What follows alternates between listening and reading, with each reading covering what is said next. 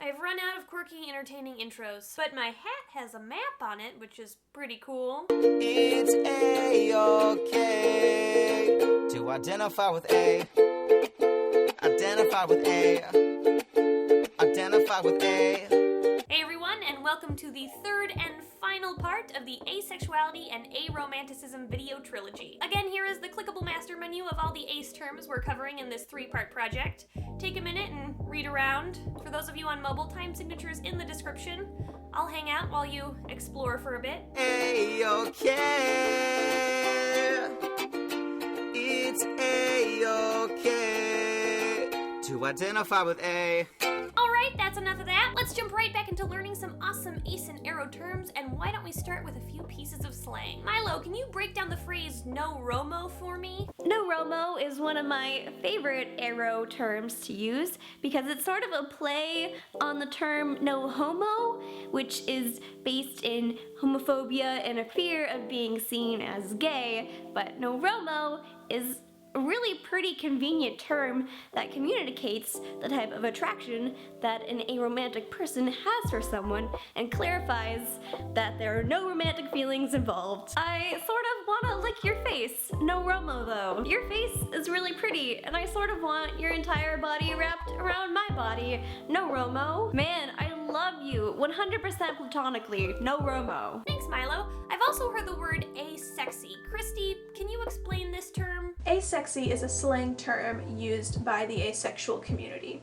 It has a ton of different meanings and uses, but the one that I've seen most commonly is positively describing an asexual person for a trait other than sexiness. The ace community also uses it to describe just about anything we like. For example, I really like this pillow, so I could say that it's an asexy pillow. It's really that universal. Great. Now I know some ace people categorize themselves by identifying with certain playing cards. Brian, how exactly does that work? Shortly after individuals on the asexual spectrum started using the term ace to describe themselves, other individuals also started using playing cards to describe their romantic orientations. The Ace of Hearts was used to describe individuals who experienced romantic attraction toward others, whereas the Ace of Spades was used to describe individuals who are aromantic. More recently, the other two playing card suits were brought on, where the Ace of Diamonds generally means individuals who fall in the gray area of romantic orientations. So gray romantic aces, demi-romantics, lith-romantic, etc. The Ace of Clubs was used to describe aces who are questioning their romantic orientation, who are unsure of their orientation, or who don't get the whole concept of romantic attraction. Now, of course, humans and sexuality are both super complicated and super complex, and so it's really difficult to fit people into neat little boxes. As such, not all aces really find that playing cards can accurately or adequately represent them, and so a lot of aces don't choose to use these playing cards. And another way some ace people describe themselves more specifically is with qualifiers like stone, paper, and paper mache. Vesper, can you talk a little about this? Stone describes someone who strongly prefers to give touch, usually sexual touch, but not receive it. Paper describes someone who strongly prefers to receive touch, usually sexual touch, but not give it. Paper mache describes someone who strongly prefers to either give or receive touch, but not at the same time or even within the same time frame. Stone has a long history of usage within the lesbian community, but it's also been used for decades by others, for example, trans people. And you may have heard of Stone Butch Blues by trans author Leslie Feinberg. I believe paper was coined more recently, but still has a lot of history, and paper mache was coined very recently by people within the ace community. All three of these words or identities are very important to some ace, aro, and even other people because they communicate the fact that for some people touch is monodirectional. It goes one way for numerous reasons, be it trauma or dysphoria or touch aversion or anything. Thanks. Now let's learn about Aven, a huge provider of resources and community for many ace and aro people. Amelia, care to elaborate? Aven, which stands for Asexual Visibility and Education Network, was founded by David J. It remains to this day the biggest and most influential website on asexual issues. It's kind of the hub of asexuality, education and discussion. Something else I wasn't aware of before starting this video series is that ace and aro community goes much deeper than simply being a group of people with similar or related orientations. There is also also a wonderful and very strong sense of camaraderie amongst many ace and aro people. In many ways, ace people have their own culture, share ace-related inside jokes, and belong to an incredibly supportive community. Amelia, can you provide some examples of this? More recently, Tumblr has also had a big role in shaping asexual culture, but much of what we would consider asexual culture originated on the forums on the Aven website. The jokes about cake came about when it was pointed out that most asexual people would probably accept cake over sex. Jokes about dragons are more recent, but basically come from the idea that asexual people are generally more interested in dragons than they are in sexual things. Also, axolotls, armadillos, and alligators, among other animals, are sometimes seen as symbols of asexuality. This is basically just because they start with the letter A. Some asexual people choose to wear a black ring on the middle finger of their right hand, like so. While this symbol of asexuality isn't often understood outside of asexual community, it can be a way for asexual people to recognise each other, but more commonly it's a way of staying in touch with the community when you're out in the real world. There's always been a bit of a debate as to what the A in LGBTQIA+ stands for. Is it ally, ace, aro, agender, all of the above, or something else? Well, here are a few ace individuals to provide their perspective on the matter. There has never been a definitive decision from the ace community as to whether or not they fit in the LGBTQ+ initialism or the LGBTQ+ community itself. And there likely never will be that decision because diversity of opinions among aces is so widespread. It can be said, however, that at the moment, most aces do feel like aces should be a part of that LGBTQ+ community. However, they're not always welcome. Now, when looking at this question, we also need to take into consideration the fact that many aces don't identify as heteroromantic, and so identify possibly as homoromantic, biromantic, panromantic, etc. And through that, a lot of aces feel a tie to the LGBTQ+ community. In addition, many aces identify as trans, and many in general identify as non-cis, and so there is that connection to the community as well. Despite the fact that there's no definitive decision as to whether or not aces belong in this LGBTQ+ community, it is incredibly important that queer and trans organizations, community groups, service providers still welcome and include aces in their spaces and in their programming. The reason for this is because many aces don't have other places to turn. If they're not welcome in the local queer or trans communities, they're often not welcome anywhere. And because so many aces feel a connection to the LGBTQ+ community or feel like they belong to that community, it can be super harmful and damaging to them when they're excluded from these community spaces. The fact of the matter is that the A was added to LGBT to refer to allies. This was before anyone within the LGBT community had any idea that asexuality or anything else even existed. I have feelings about that. I have a lot of really strong feelings about that, but let's not go there today.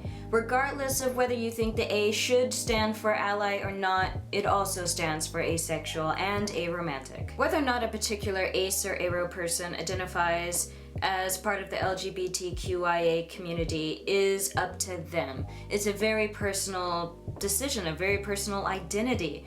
And the fact is that there are many ace and aro people who do not identify as part of the community. That said, I personally do feel like, speaking generally, asexuals and aromantics should be included within the community if that person in particular identifies in that way. Sometimes people try to exclude asexuals and aromantics from the LGBT+ community by defining the community as anyone who has same-gender attraction or who is trans. But this is excluding a lot of people in the community who don't define their attraction by same-gender attraction, like non-binary people who are only attracted to men, or non-binary people who are only attracted to women, or trans women who are only attracted to non-binary people, etc. More accurately, the LGBT+ community can be defined by anything that is not cis-normative, not heteronormative. Experiencing erasure, like not being acknowledged as the A in LGBTQIA+, is not the only challenge ace and aro people face, however. Here are Damien and Jeff to share some common ace and aro misconceptions. Asexual misconceptions.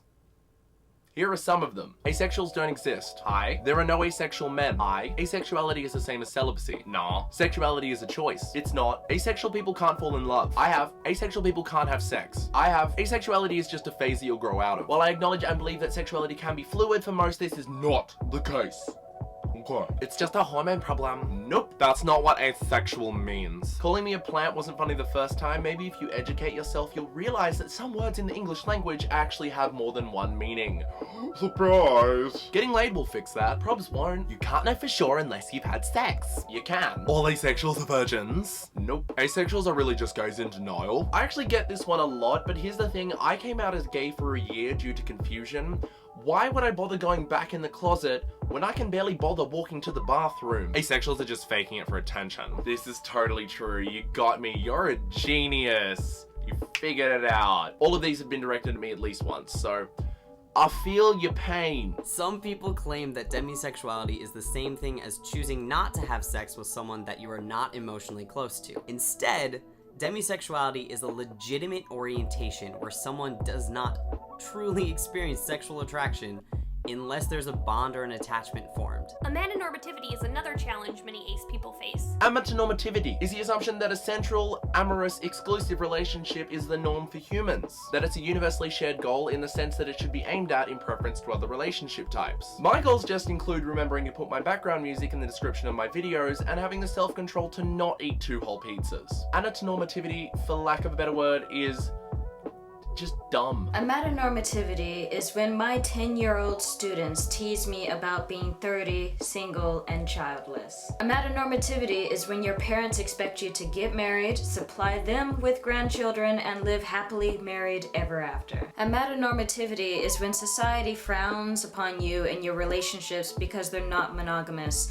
or when your friends, family frown upon you or devalue your relationships because they're not exclusive, because they're not sexual, or because they're not headed for marriage. Beyond misconceptions, ace and aro people can also run into many other forms of adversity. In my experience, a lot of ace adversity either comes from asexual misconceptions, or the person is just generally a douche canoe. Asexual adversity can come from anywhere. I've even heard stories where asexual people were excluded from LGBTQ+ gatherings and parties because they weren't believed to be a real sexuality. Because society views sexual and romantic attraction as vital forms of life, there are scary forms of discrimination against asexual and aromantic people in order to fix us, such as therapy or hormone treatments or raping someone to try to make them experience attraction, which obviously none of those forms work. People often don't fully understand asexuality or aromanticism and believe it goes against human nature as they understand it. That is to say, if you don't have sex or you don't fall in love, how are you a human? Asexual people may be asked overly personal questions about their sex life, and aromantic people may be asked the same about their romantic life. It's as though by admitting we don't experience sexual attraction, we've opened ourselves up to answer every question you might have on our own sexuality. I personally have been asked hundreds of times about whether or not I will have sex, what kind of sex I would have, and I know some asexual people have been asked questions about whether or not they masturbate. Ace phobia is not necessarily something you hear often because people aren't really scared of asexual, aromantic people. It's more that they don't think we exist. Often I hear a lot of, you just haven't met the one yet. Have you had good sex yet? Things like that. Plus, there's a complete lack of asexual, aromantic characters in media. Alright, that about wraps up this trilogy. Hope you enjoyed it. Not gonna lie, it was a ton of work finding all the guests, delegating tasks, and putting all of this together. So if you want to give just one or maybe all of the videos in this project a like, I will not stop you. Of course, check out all my wonderful friends, links in the description, and if you have any feedback on this series, please email an HD video of your critiques to collabwithashley@gmail.com. HD video, good lighting, good sound. Gotta be able to see and hear you. And I will do my best to feature a few submitted videos in the future on this channel. Alright, that's about all I got. This was a ton of fun. I love ace and aro things. See you next week. Okay, bye! The stigma is they haven't met the one that's right for thee. But maybe there's another reason they don't wanna bump uglies. And just because your life is not a silly, sweet rom-com doesn't mean platonically you still can't find the one. So remember, sex is like a pizza pie. No toppings, please, just cheese is fine. Sex is like eating too much bread. It upsets the stomach, fills you up with dread. Even if you don't understand, listen up and join the marching band. It's A-okay to identify with A. Identify with A. Identify with A. Identify with A. There's so much more to comprehend. The spectrum just goes on. So don't feel bad if your term isn't in this song. Just know your label matters if it's how you feel. Don't ever let someone tell you your identity ain't real. So remember, sex is like learning guitar. If you don't got an interest, you won't go far. Sex is like Nicolas Cage. Some like his movies, some think he's insane. Even if you don't understand, listen up and join the marching band. It's A-okay. It's A-okay. It's A-okay to identify with A.